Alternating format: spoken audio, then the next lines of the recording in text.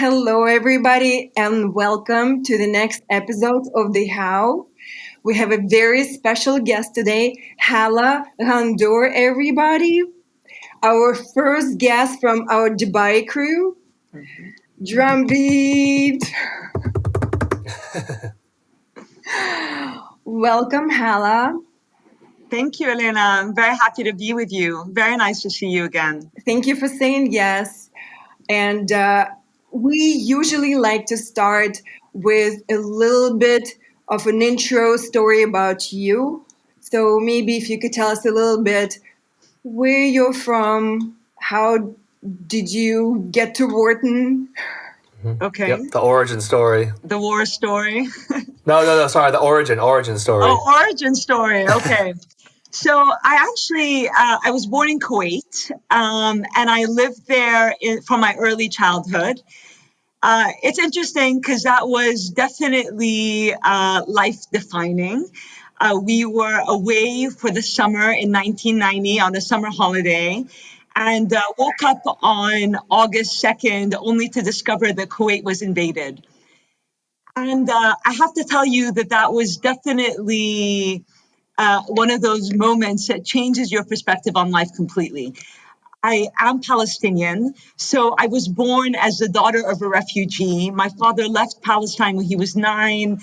They were forced out. They went to Lebanon and really had to build his life from scratch. And that was always part of our narrative growing up. He always talked about how he had to work really hard through UN schools to get scholarships, to get into university, to support himself, to support his family. But all of that seemed like a vague story that the older generation tells. And it was really until that August that I understood that life can change dramatically overnight with little notice. And really the realization right there and then that even at 13, I had such responsibility to take ownership of myself and my journey. So my parents, kind of a week into this, realized that this wasn't going to be an issue that was going to be resolved in a day or in a week. So they sent me to Florida to live with my uncle. And again, hugely transformational. One, really made me very independent. But B, it's one of those things where your parents tell you work hard and it pays off. I arrived at school 2 weeks late at a small private school in Florida. And I arrived that Monday morning, and my biology teacher says that we have an exam on Friday. And I didn't know any better, so I studied thinking that would apply to me. And I walk in that Friday and I take the exam. And by some miracle, I got the highest grade in the class. Now, this was only a miracle because up until then, I honestly had been a mediocre student at best. Just wasn't interested, enjoyed life, young and carefree. And really, that was a moment where I realized that the formula of working hard and reaping results actually exists and actually pays off. And I know that that's an overgeneralization. Sometimes we work really hard and it doesn't get us the outcomes that we aspire to. But it was a really nice early life lesson. So that was a little bit about the origin story. I spent a couple of years in the US and then we moved to Dubai. I finished high school in Dubai and moved back to the US to go to Wellesley. Incredible experience, small liberal arts school, all women's. So incredibly empowering and nurturing. Your story is giving me goosebumps after goosebumps. When we moved to the US, my parents were still settling and still really getting a sense of what they were going to do after Kuwait. So we ended up moving 4 times before I actually graduated from Dubai. And again, those experiences that really shape you and make you resilient. And I was able to kind of make friends quickly, all those little things that you don't really appreciate until you're an adult. And you learn how much you grew from those encounters. But I graduated from high school in 94. I went to Wellesley, all women's college, like I said, hugely nurturing, very empowering.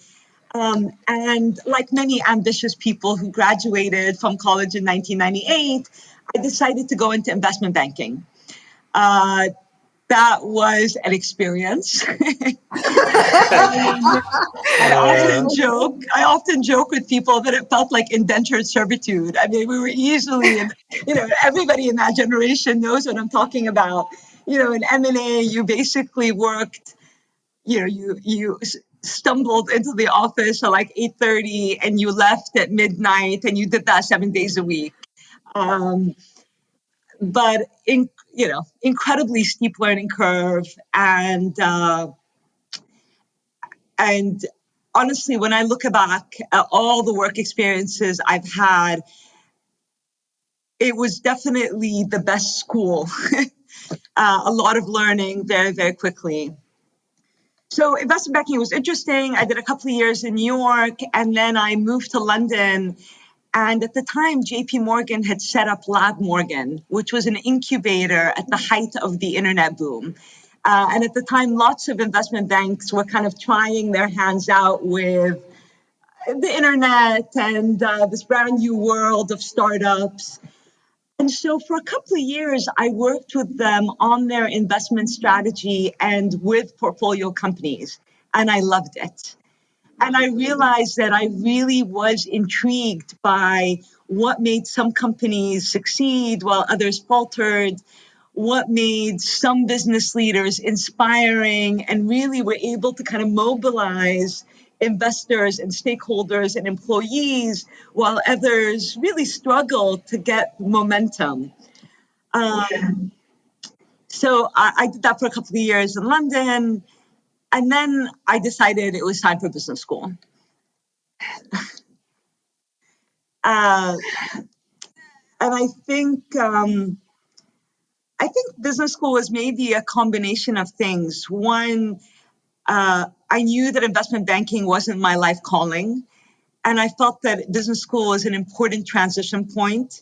It would be helpful to go back and really think about what I wanted to do next and work towards that next position. I also wanted to learn.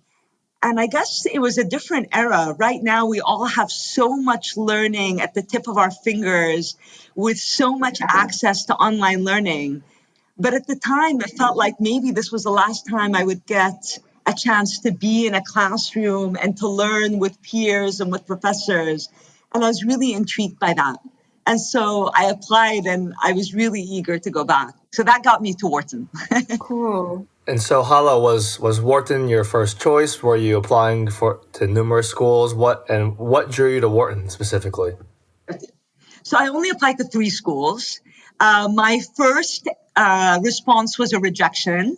And I was like, oh no, this is not going to go well. Um, and then a couple of weeks later, I got a call from Harvard and I got in. And then a few days later, Mm. I got the letter that I was accepted to Wharton. And I think it was a letter back then. I don't remember, Elena. You're going to have to remind me. Was it a letter Yeah, or it was a it letter, was a right? letter. Physical letter. Um, Wow. and Elena will know this, but I had met who would be my future husband in London. And he was also going to business school, and he was already in his first year at Wharton. So it was absolutely my first Okay. choice. And I was very excited to go. I had already visited him a number of times and had gotten a glimpse of what Wharton life was going to be like. Uh, so there was no doubt in my mind when I got that acceptance that I was going to go there. So we have to thank Rami for you coming Exactly. choosing Wharton over Harvard. Exactly. I never thought about the decision twice. I was very, very excited. And at the time, it's funny because when I thought about Wharton and I was applying, it always felt very serious and very robust and rigorous. And it was that. Obviously, it's no walk in the park. It's a very serious and a pretty intense program, but it's definitely not what I remember of the experience. The things that I remember now, 15 years later, are spending time in Huntsman, being with friends, these incredible conversations inside the classroom and outside. I remember kind of long nights in people's apartments and in restaurants all over Philly. Definitely the people that I met at Wharton are relationships and friendships that I cherish dearly. And, I've got two of my closest friends living down the street from me here in Dubai now, two other wg'04 graduates. Obviously, I'm married to Rami, so '03. And it's really nice that in Dubai, we've got a really big Wharton community for some reason. And it's been really, really nice to have them close by. And we definitely spend a lot of time connecting. And it's really been a wonderful part of the experience. Yeah, you guys have a really nice setup. I mean, I didn't expect it. When we moved out here in 2004, I definitely did not imagine that the community would be as large as it was. But I think over the years, Dubai has become more and more appealing to, at the time, young professionals looking to launch and grow their careers. And so it has attracted a lot of people from the US and from across Europe and across Asia. But you've seen it back when you were in high school. So you must have seen a very different Dubai. How has it changed? I mean, I often tell people I went to school in Dubai, but it was not the same Dubai. It was a totally different place. It was so small. Even when we moved back here in 2004, the population size was 3 million. Now we're talking about a population of 10. And definitely between those years of 2005 and 2010, the city was growing exponentially. So the population doubled during that time. And every time you went on a business trip and you came back, it felt like something new had come up. A new highway, a new building, a new airport terminal. They used to joke that the national bird of Dubai was the crane, because everywhere you turned, you saw construction. It was insane. Um, but I have to tell you that, I mean, Dubai at the time, there was something beautiful and small and cozy about it. But now, and I know, Elena, you've visited, it's exciting and it's dynamic and it's fast and it's so diverse and international that it really has been a wonderful place to live. So Hala, so we thank you so much for giving us that origin story, taking you to Wharton, and it seems like Wharton was also not just that serious, rigorous experience that everyone sees from the outside, but also, very relationship focused as well. And that seems to kind of have expanded also to Dubai. I'm curious, what brought you out to Dubai, and kind of maybe tell us a little bit about your career trajectory post Wharton, and what brought you to Dubai and what's keeping you there? So one last thing about Wharton before I tell you about my career. I think the biggest thing that we had was non-grade disclosure. The fact that no one got to see your grades just completely changed the environment. It removed that sense of competition and kind of intensity that you would imagine of a business school at that level. So it became really collaborative. People were very happy to work with one another.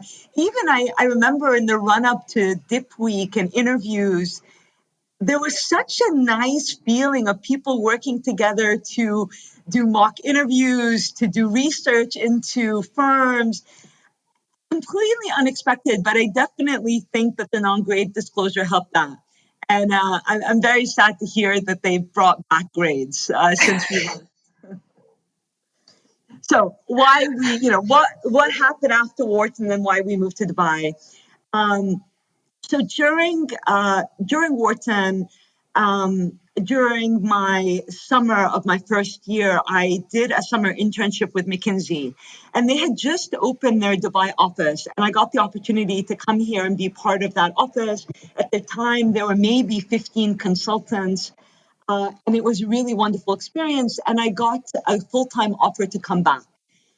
Serendipitously, my husband's my husband's in the water industry, and they were moving their headquarters from London to Dubai.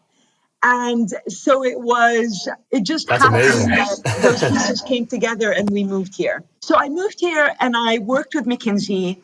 And during my time at McKinsey, almost 90% of my work was government focused. Uh, and so I did a lot. I did a lot of work on Bahrain, on economic reform and labor reform. But it was a natural transition after a couple of years to kind of make that shift from consulting into the government sector. So from McKinsey, I joined the executive office of Sheikh Mohammed bin Rashid, who is the ruler of Dubai and the prime minister of the UAE, as the head of his corporate planning. Um, and I have to tell you that that was the start of a 15-year tenure in the government.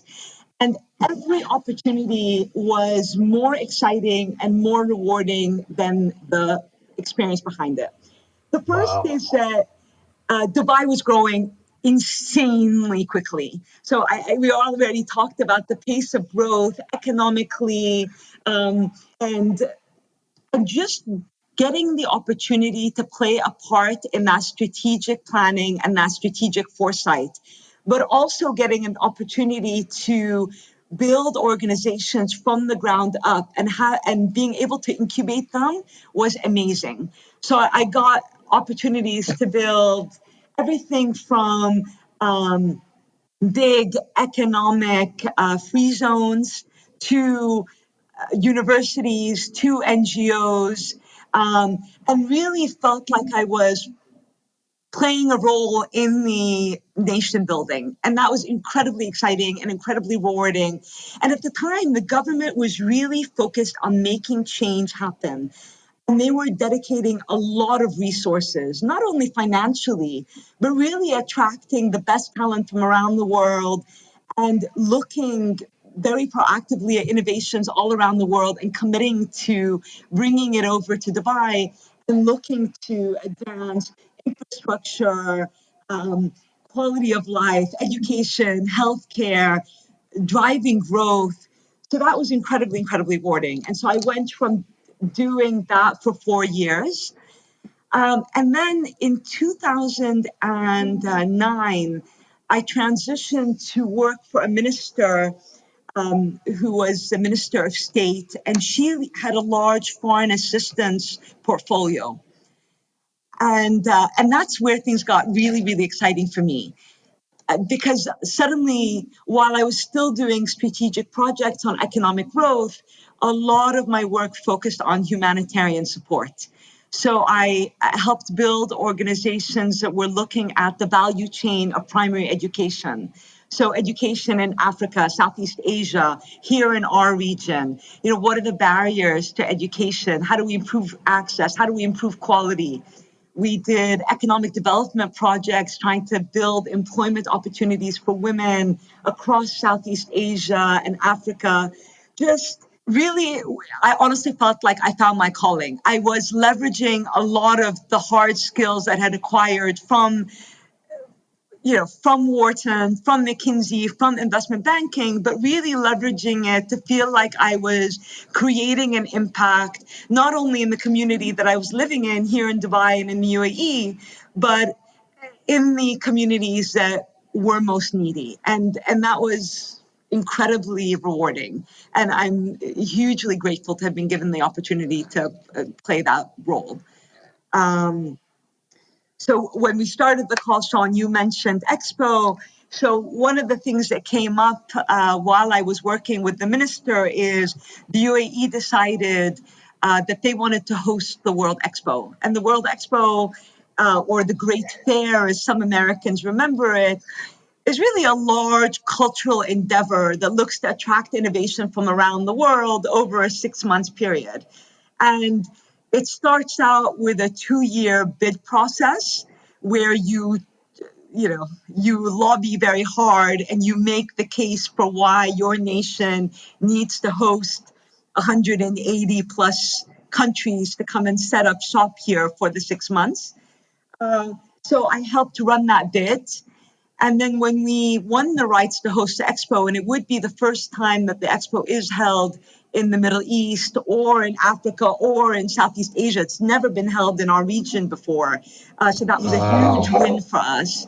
But once we won those rights, then I became the Chief Development Officer, helping build that organization. And really seeing the growth kind of from startup up to a few hundred employees, and that was incredibly rewarding. And it's funny because when I was there, I remember, Elena, I don't know if you remember, we all took a class called Managing People at Work. Do you remember that class? Yes. It was one of those Wharton requirements that a lot of people went into kind of begrudgingly, thinking, why are we taking this class? And I remember the professor at the time saying to us, everybody complains, but it's the one class you'll learn to value.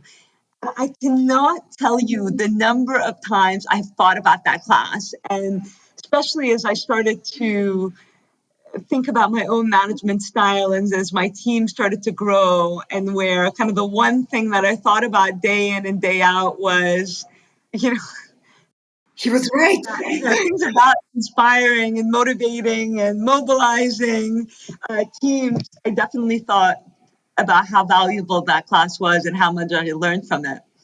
So that's a little bit about my career in the government. We're gonna give him a shout out, but do you remember his name? I remember he was Peter something, our managing people at work professor. I'm embarrassed to say I really don't. It's terrible. I can But see his face. I remember him standing there, and I remember Yes, him saying, his "Pay glasses. attention. This is going to matter." And sure enough, 15 years later, I'm still recalling it. Yeah, and he was That's this very incredible. soft-spoken, right? Like very like subtle man. But Yeah. yeah, I have to admit, I more than once did I remember, quotes from his class. How did you pull that off? How did you win that bet? Long hours, a lot of hard work. It's funny.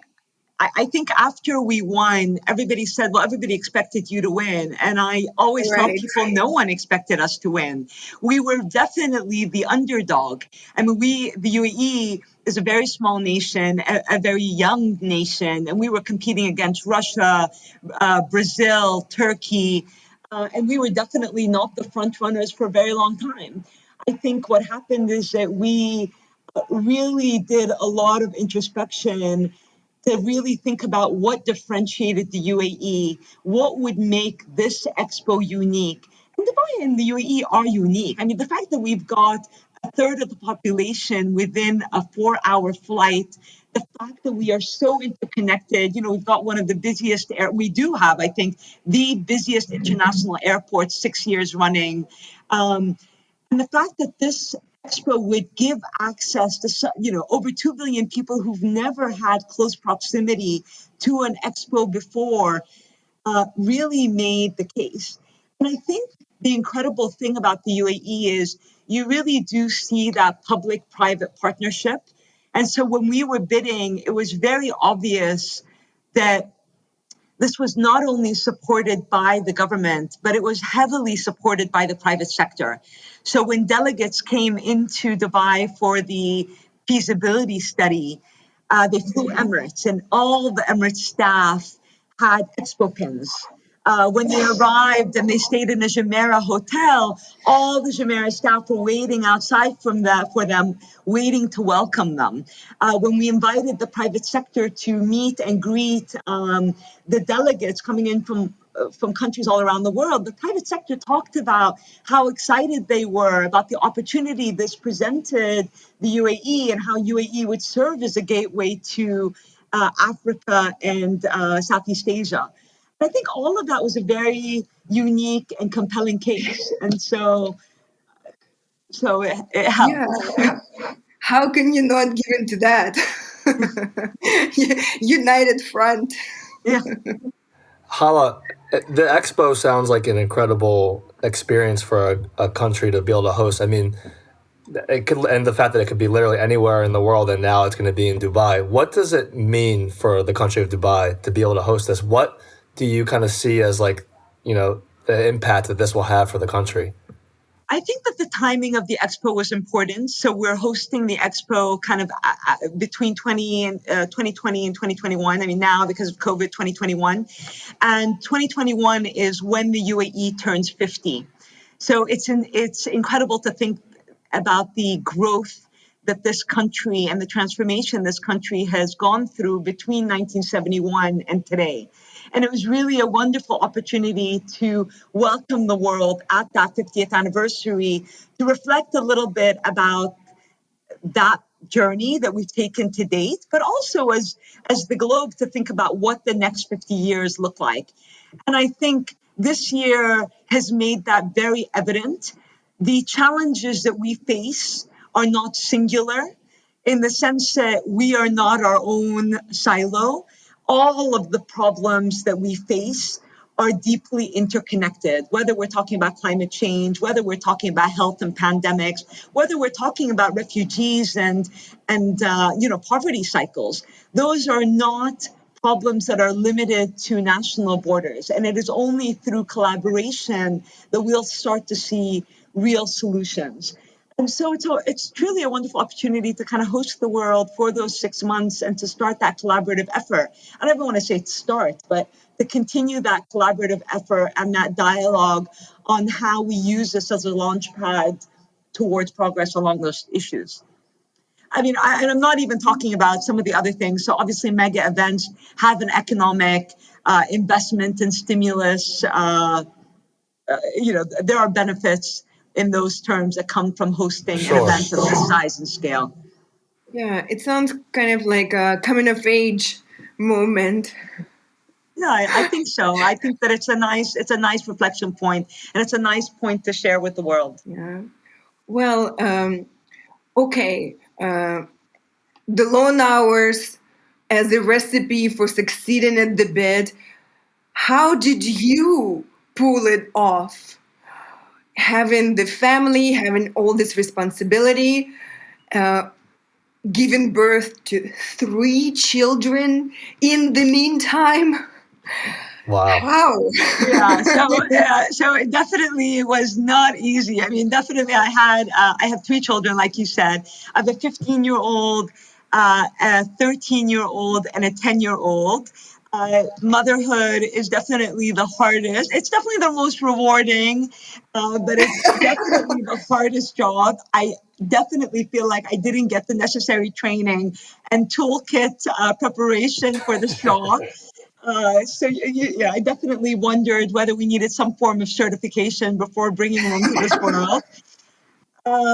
Listen, I won't lie to you. It was absolutely a challenge. There were many moments where I needed to reflect on the opportunity cost of being away from home. There were definitely years where both Rami and I were working incredibly uh, long hours and traveling a lot. We joke that we used to wave to one another crossing Emirates flights. Um, so it was challenging. We had to become incredibly organized. Just everything needed to be scheduled to the T. There was a lot of guilt, I will not lie. I mean, throughout the years, there's a lot of guilt about, am I spending enough time? Am I spending the right amount of time? Are they getting, you only have one mother, you only have one father, they can't replace me. Am I giving them what they need to get? And I think every mother feels that way, or many mothers, I won't generalize. I think I was lucky that Rami's incredible. So I think that we were able to share a lot of this responsibility, and it would not have been possible without him. I'm incredibly grateful that my mother lives here in Dubai, and I relied on her a lot. So the days where I would get a call from nursery saying, your child's sick, you need to pick them up, and I'd be about to enter a board meeting or about to board a flight and really thinking, okay, well, I don't know how that's going to be possible. I had the opportunity to call up my mother and say, Mom, can you pick up Serene from school, for example? But there were definitely many breaking points. I will not lie. I mean, there were definitely many moments where I kind of looked at myself and said, I don't know how sustainable that is. And I did make a big change. So in 2017, at the end of 2017, I actually took a sabbatical from Expo. I mean, it's a long story. I'm not going to share that, but the gist is I was giving a speech in front of 1,000 people, and I fainted on stage, which was no big deal. I fainted because I hadn't slept in a while, and I had been drinking too much coffee, and I hadn't had breakfast. I mean, all these like little silly things. But it was definitely an eye opener at the time that I'm running at a pace that maybe is too fast and I need to take a step back and just better reflect. So I took that sabbatical from Expo really to reflect on what I wanted to do and really to go back after having taken a break. But while I was on that sabbatical, I got offered a job with Princess Haya, who was Sheikh Mohammed bin Rashid's wife, so the First Lady. And Princess Haya had a very large humanitarian portfolio. And as I'd mentioned before, that was really my passion. And I really welcomed the opportunity to go back and to look at uh, continuing to work in that field across refugees, across food banks and poverty alleviation programs. And that's what I did. So I worked with her for about a year. A year ago, I started my own enterprise called Blue Jay Works. And Blue Jay Works is a strategic advisory firm. So I still work with governments and I still do economic growth and social development projects, both on a consultant basis, but also just on a high level advisory basis. And I still do a lot of philanthropy focused work. So that's been incredibly rewarding. And the nice thing about that so far is that it's given me a huge amount of flexibility. So we started this with you asking me how have I managed with the kids. And this has really now been a nice way to continue to allow me to create impact, continue to allow me to work in the fields that I'm excited about, but still give me the flexibility to show up at football games when I need to and be at home when I need to. So that's been very helpful. That's really amazing that you finally found that balance. Hala, what's your most favorite, if you will, humanitarian project, if there is one? So I'll tell you about my passion topic. So my passion topic is very much around refugee education. Um, I just feel I have a real clear understanding that education is so critical, not only to give people a sense of dignity and also safety, but also it is the only tool or one of the most critical tools to break the poverty cycle. If you don't give people an education, how are they ever supposed to grow up and be able to fend for themselves, to be able to support themselves, to be able to be a part of their communities, and to be able to have productive lives and productive families? And I think if we are not able to provide that service to the youth, we are not only doing them a huge disservice, but we are also nurturing a generation that becomes quite dangerous. Because you can just imagine if you're 18 years old and you have no skill set, what are your options? What are your options to support yourself? What are your options to support your family? What are your options to make a life for yourself? And that's, you know, we don't want anyone to end up in that position. And I'm acutely aware of the fact that here in the region we have such a large number of refugees, and it really is a whole generation that is at risk right now. And I feel very strongly about giving them access and giving them the tools so that they can find a way to get out of this cycle. So Hala, that's an incredibly noble path to take, and I'm curious when it relates to refugee education. What are the steps that you take to combat that? Is it building schools? Is it other like community work? What like yeah? How do you go into these areas and like right the ship, so to speak? I think that, like many other things, you need to look at the whole value chain. So you need to look at a starting point. What are the barriers to education? So for a lot of refugees, their education is completely disrupted. So they may leave Syria, for example, because of the war, and they'll move to Turkey, or they'll move to Lebanon, or they'll move elsewhere, and they're cut off from education for 6 months or more. And then it becomes very hard for them to reintegrate into school because there's suddenly a very big gap in their education. So one is really looking at those barriers and trying to eliminate them as much as possible. The second is absolutely access. So are there schools available for these refugees? How are we integrating them into mainstream schools? If it's not mainstream schools, what UN agencies are around them? What other non-for-profit organizations are around them? And how do we give them access? And the third is quality. Unfortunately, there are many children who leave primary school not having what we would consider to be literacy and numeracy skills. And and so again, we have done them a disservice, and that becomes impossible for them to then continue on to secondary school and then continue on to fruitful employment. And the thing is, there's no excuse for it anymore. I mean, one thing that COVID has really made all of us aware is the power of technology to deliver education. And if we are really able to bridge that access gap to uh, technology, both in terms of connectivity, but also to devices as well as content, there is no reason why we can't bridge that divide.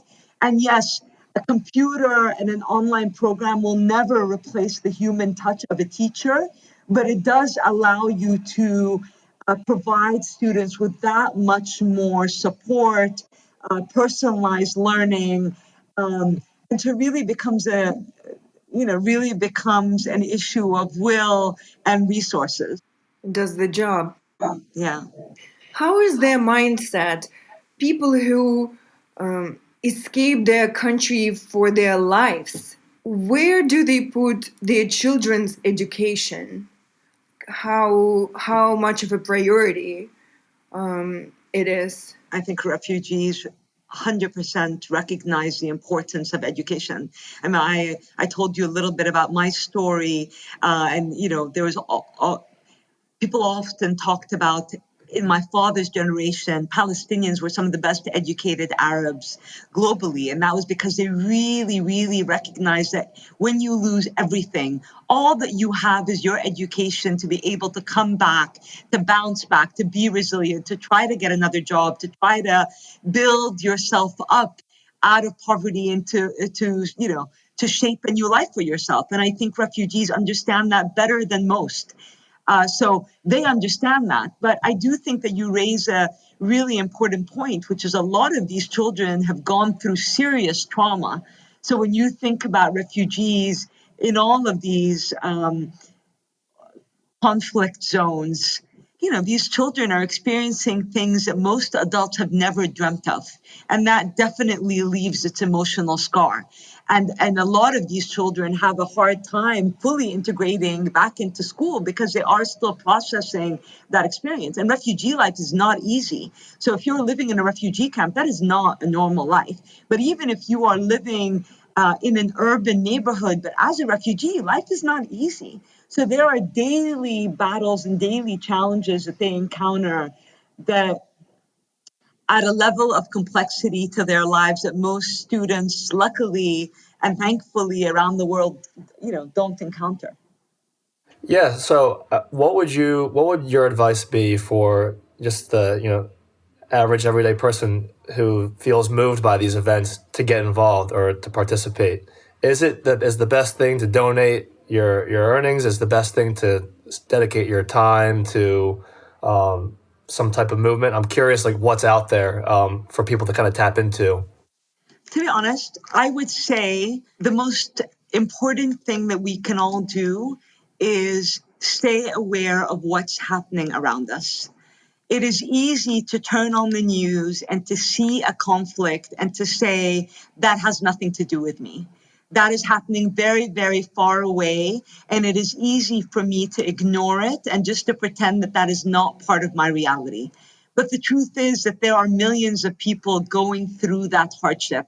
And years from now, it's funny because now we look back at the history books and we say, how could those things, how could those atrocities have ever taken place? How did that generation allow it to happen? And the truth is, right now, a lot of these atrocities are happening all around us. And it is easy to switch the channel. And it's easy to think, I've got 3 million meetings today and I've got a couple of WebEx calls and that doesn't really concern me. And so I would say maybe the most important thing is just listen and just be aware and take the time to understand what is happening around you. If we don't take the responsibility to really understand what's going on and to think, how can I play a role in contributing to making this better, then who is? Who else has the same resources and who else can make that kind of impact? If it's not going to be me, who's it going to be? So I would say that's the first thing. I'm curious. So, going back a little bit to that fainting moment uh, while you were presenting, what adjustments did you make to your lifestyle? Did it bring any realizations? How did your life change? I mean, the funny thing about that incident is I fainted. I got up, I went backstage, I had something to eat and something to drink, and then I went back on stage. And it honestly did not need to be such a big deal.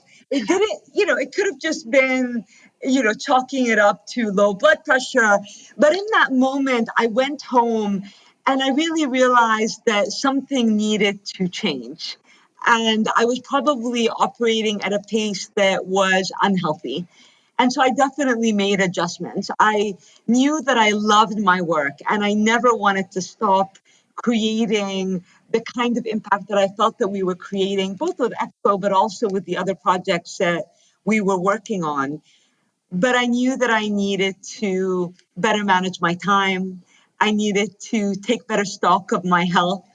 I needed to It made me appreciate sleep. I don't know if you've read the book that was all the rave a couple of years ago of Why we sleep? why we sleep. Love Exactly. it.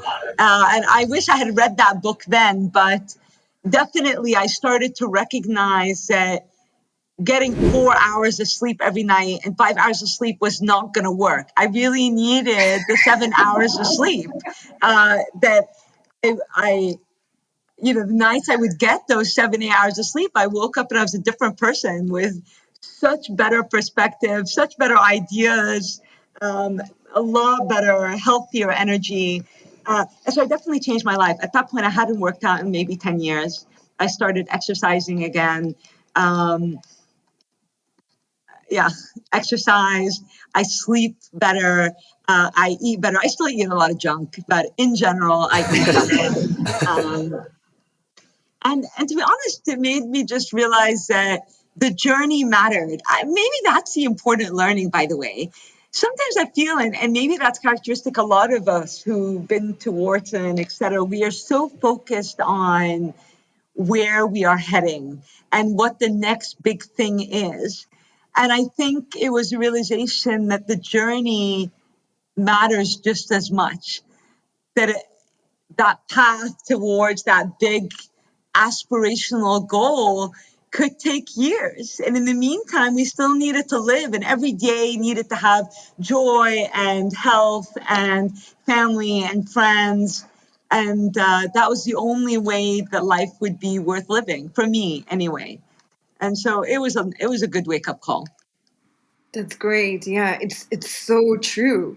It is the journey, and it is By the way, hectic. I sound so cliched. I would have never expected my, Wharton 2004 self to say this, but I don't know. I don't know if it's age or if it's these, defining moments that give you perspective.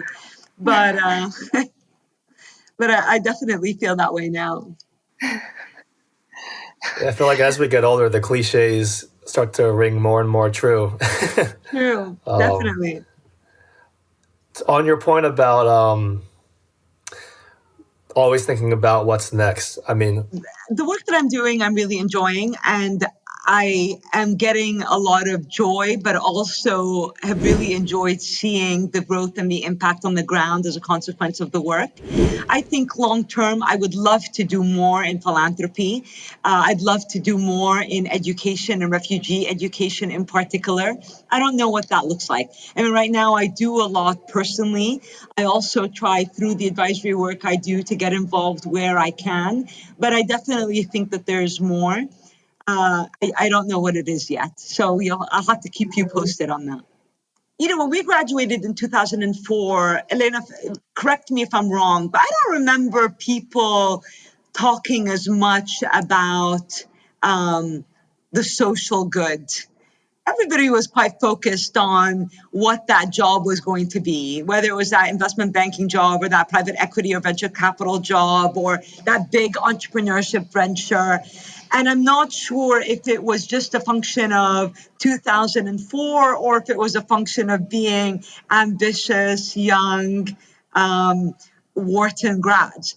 But I definitely feel when I talk to my peers right now, everybody is thinking about how they are making a contribution both through the work that they are doing professionally and through the commitments that they're making personally. When I think about what's next, my company is still new. So as I said, I started Blue Jay Works a year ago. And so I am really excited about the strategic advisory work that I'm doing now with governments and enterprises here in the region. I definitely want to continue to do the economic growth work that I'm doing, but I do hope that I get the opportunity to do more and more philanthropy work. And I am incredibly passionate about education and refugee education in particular. So I would like to get more involved. What that looks like, I don't know yet. So I'll have to keep you posted, but I do hope that I get more and more involved in that. if you had to succinctly put it into like a phrase, like how would you complete the sentence? Wharton is a place where. Wharton is a place where you get inspired by incredible people, many of whom become lifelong friends. So I already mentioned that I'm married to a Wharton man. I live down the street from two of my favorite Wharton people on the planet. I see Wharton people at least once a week. And I always feel confident that I could pick up the phone and or send a message to the Wharton network and be able to get a response, not only with friends who I feel very confident about being able to reach out to and who are really dispersed around the globe working in very different fields, but there's something about being able to email anybody across the years within that Wharton network and saying, I graduated from Wharton, I'm looking into this. I realize that you are in this field or have this expertise, and I'd love to pick your brain. I've received so many of those calls. I've always responded. And that's incredible, and that's a privilege. And the fact that we have such brilliant people graduating from the program, the fact that they are all around the world and they are really working across the spectrums of fields makes that much more valuable.